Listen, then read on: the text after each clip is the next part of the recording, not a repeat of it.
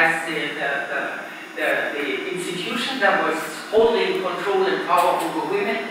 30 years later, the situation being very different, because I think the commodification of choice is something that's extremely interesting and important to think through. So now, I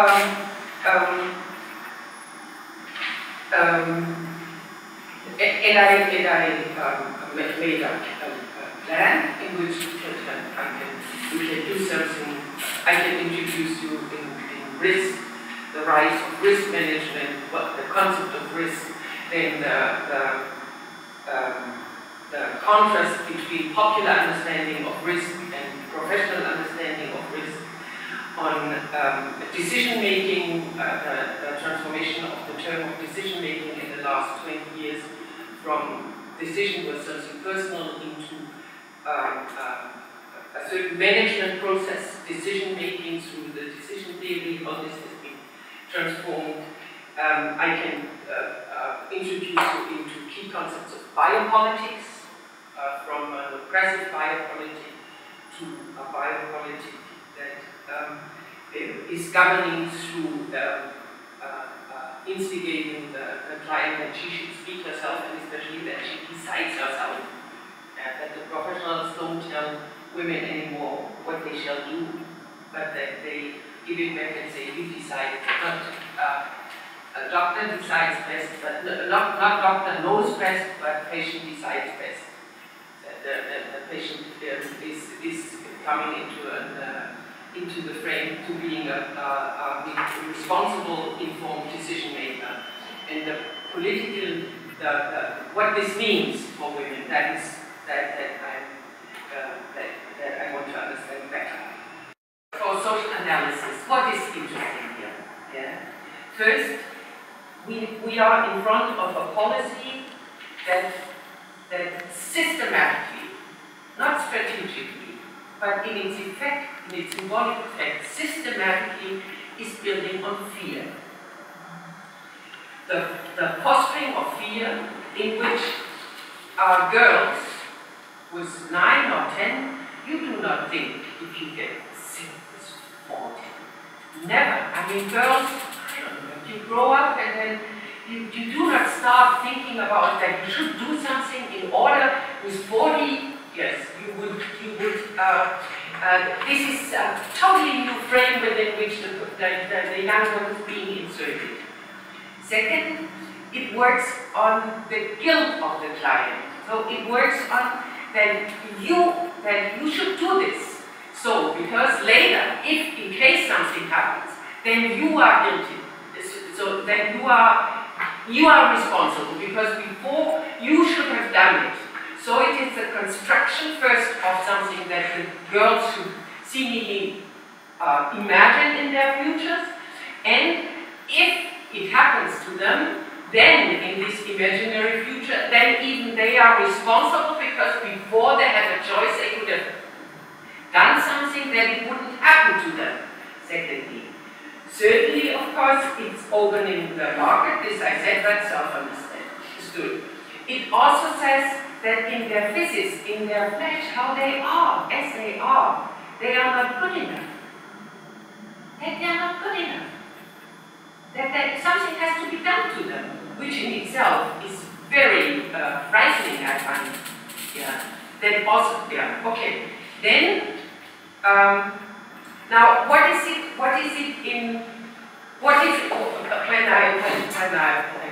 explained it to someone, and then she said, but why? If it's not harmful, why not? Is it harmful? We don't know something. Long term, there's no research on long-term effects, so no one knows anything about it.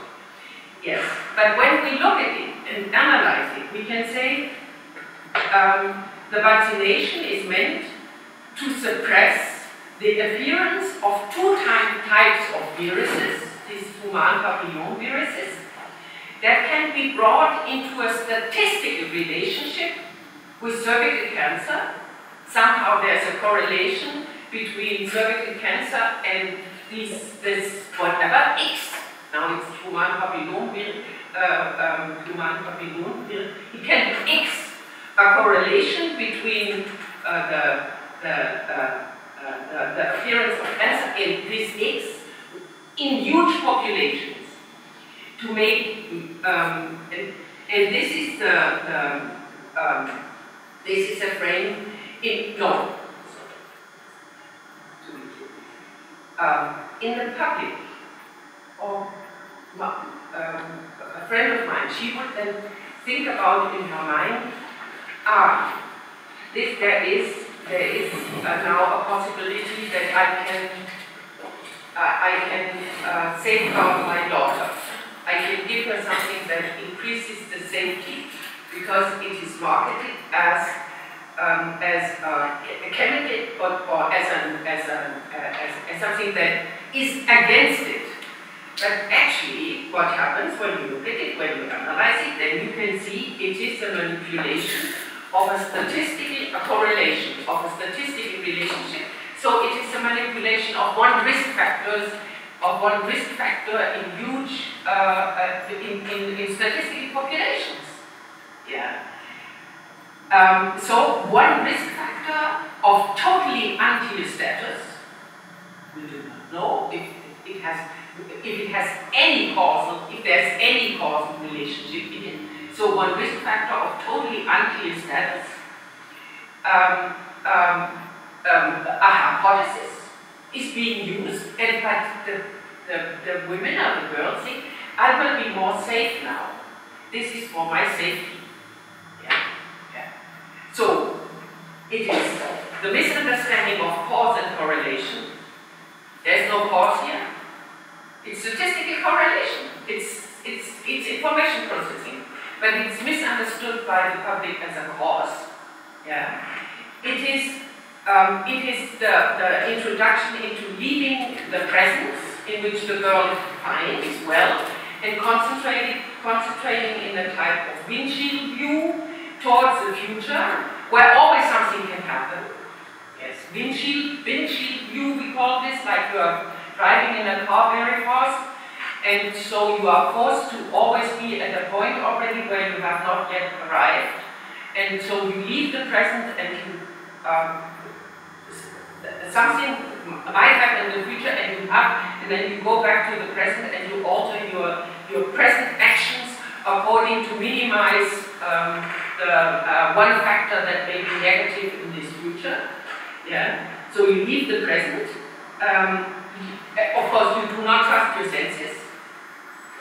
It's a total, you cannot trust your senses because in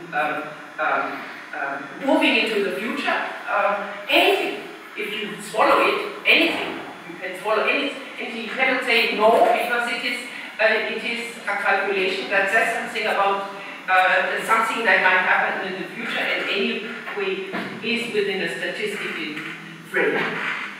I'm Lydia.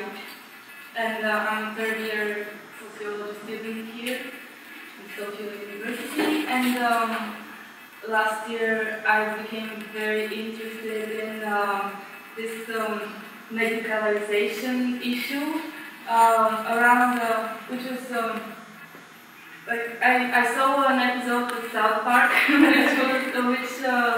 which was around ADHD or ADD they call it there, which is attention